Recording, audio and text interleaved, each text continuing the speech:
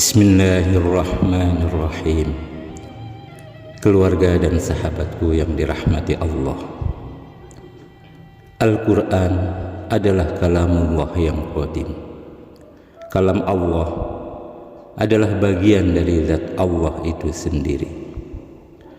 Al-Quran adalah mukjizat terbesar Nabi Muhammad sallallahu alaihi wasallam sejak diturunkannya sampai hari kiamat. Allah subhanahu wa ta'ala menjamin Al-Quran tidak akan berubah walau satu huruf pun, karena Allah sendiri yang menjaganya. Al-Quran merupakan kitab suci yang menjadi penasehat hati yang sempurna, penenang jiwa, petunjuk dan rahmat bagi orang-orang yang beriman. Allah subhanahu wa ta'ala berfirman, Ya ayyuhan nasu qad ja'atkum maw'idhatum min rabbikum wa shifaa'un lima fis suduri wa hudaw wa rahmatul lil mu'minin. Wahai manusia, sungguh telah datang kepadamu nasihat dari Tuhanmu, yaitu Al-Quran, juga sebagai penyembuh dari penyakit yang ada di dalam dada, dan petunjuk serta rahmat bagi orang-orang yang beriman. Banyak sekali ayat, hadis maupun makalah para ulama yang menjelaskan tentang fadilah membaca kitabullah ini. Di antaranya hadis Rasulullah sallallahu alaihi wasallam yang diriwayatkan oleh sahabat Ibnu Mas'ud radhiyallahu anhu. Beliau bersabda, Man qara'a harfan min kitabillahi falahu 'ashru hasanatin. La aqulu alif lam mim harfun, walakin alifun harfun wal lamun harfun wa mimun harfun.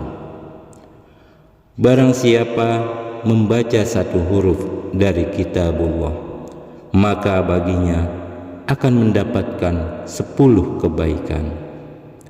Aku tidak berkata alif lam mim itu satu huruf, tetapi alif satu huruf, lam satu huruf, dan mim satu huruf. Juga hadis Nabi yang diriwayatkan oleh sahabat Abu Umamah Al-Bahili bahwa Rasulullah sallallahu alaihi wasallam bersabda, Iqra'ul Qur'ana fa innahu ya'ti yaumal qiyamati syafi'an li ashabihi. Bacalah Al-Quran, karena sesungguhnya ia akan datang di hari kiamat sebagai penyelamat bagi pembacanya.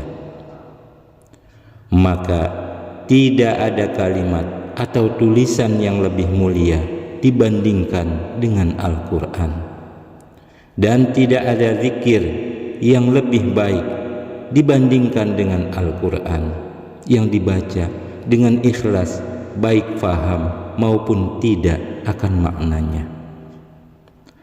Al-Imam Zainuddin Al-Malibari rahimahumullah menjelaskan,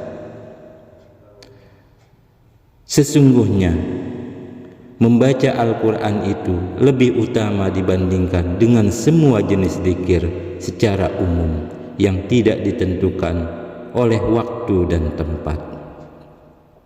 Yang paling baik membaca Al-Quran adalah bin nazar, dengan melihatnya, bukan menghafalnya.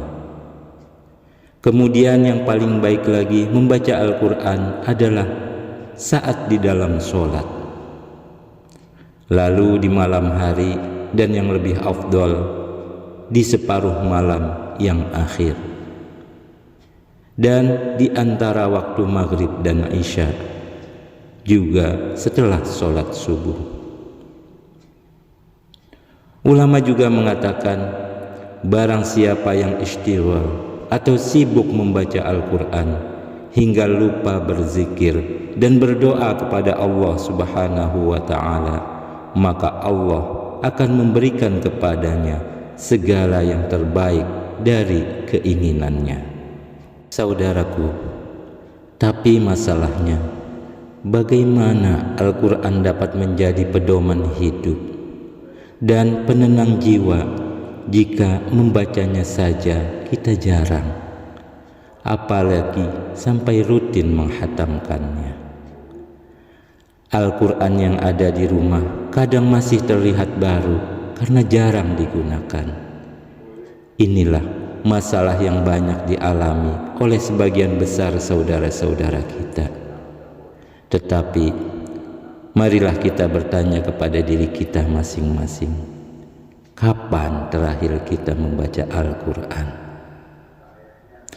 Dalam sehari, berapa lama waktu yang kita manfaatkan untuk membaca Al-Quran?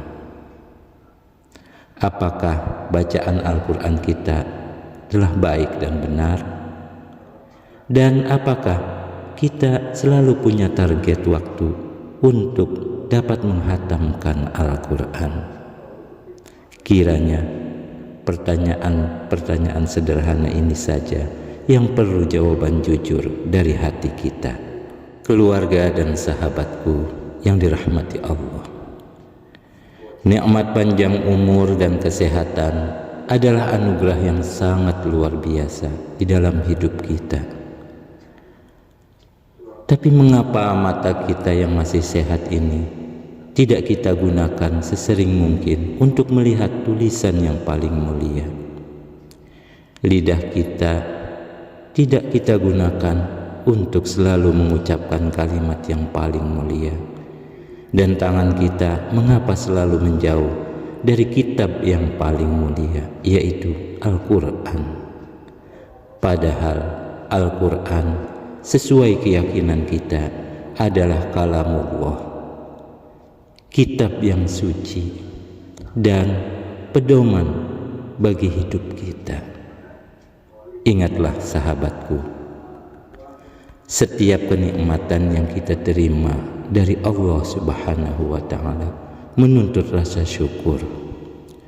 Syukur dalam arti yang sebenarnya, yaitu menyalurkan nikmat-nikmat tersebut kepada sesuatu yang dikehendaki oleh Sang Pemberi nikmat, yakni Allah Subhanahu wa Ta'ala.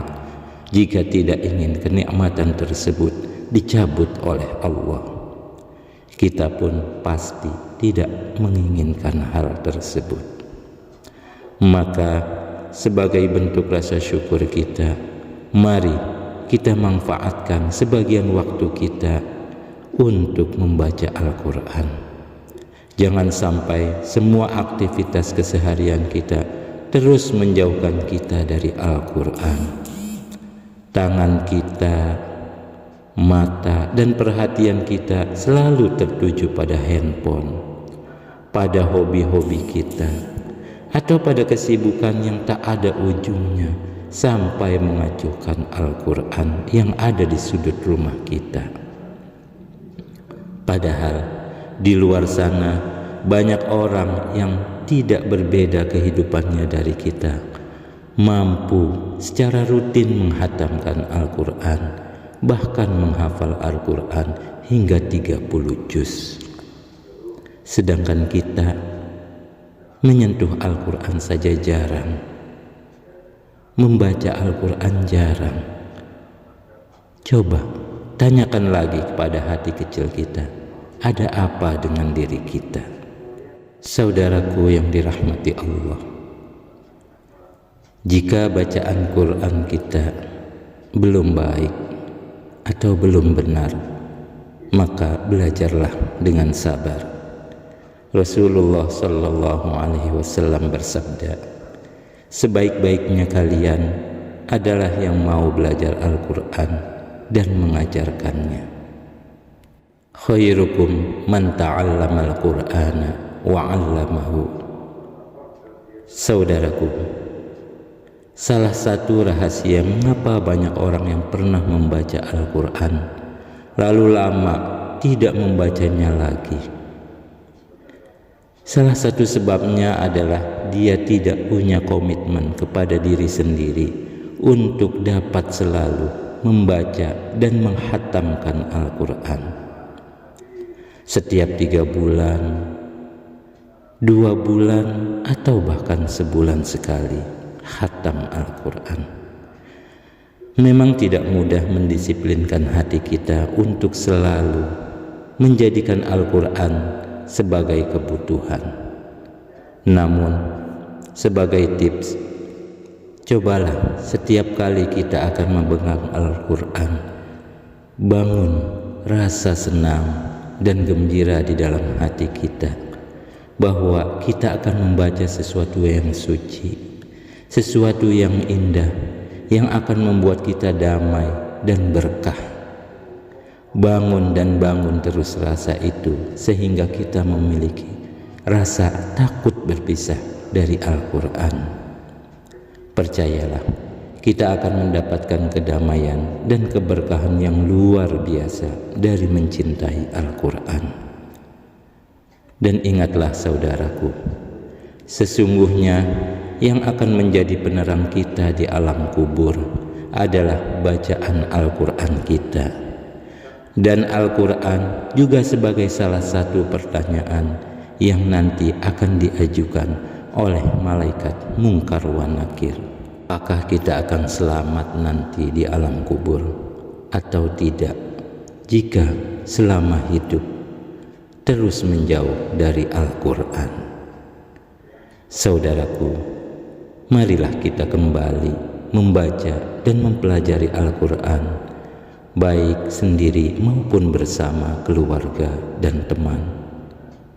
Buatlah komitmen dengan diri kita bahwa tiada hari tanpa membaca Al-Quran. Sesungguhnya rumah yang di dalamnya dibacakan Al-Quran akan terlihat dari langit seperti bintang-bintang yang berkelip. Maka mari jadikan keluarga kita juga sebagai keluarga yang ahli Al-Quran.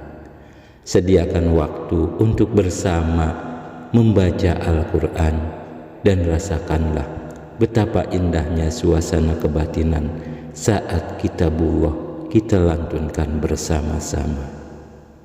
Semoga Allah Subhanahu wa Ta'ala selalu membimbing kita agar dapat kembali lagi kepada Al-Quran dan dapat selalu mencintai Al-Quran. Dan semoga Allah memberi kekuatan dan pertolongannya kepada kita agar dapat istiqomah membaca kitabullah ini dan menjadikan Al-Quran sebagai pintu-pintu terbukanya kebaikan di dunia ini dan penolong kita kelak di akhirat. Amin. Allahumma arhamna bil Qur'an waj'alhu lana imaman wa nuran wa hudan wa rahmah. Allahumma dhakkirna minhu ma nasina wa'allimna minhu ma jahilna warzuqna tilawatahu ana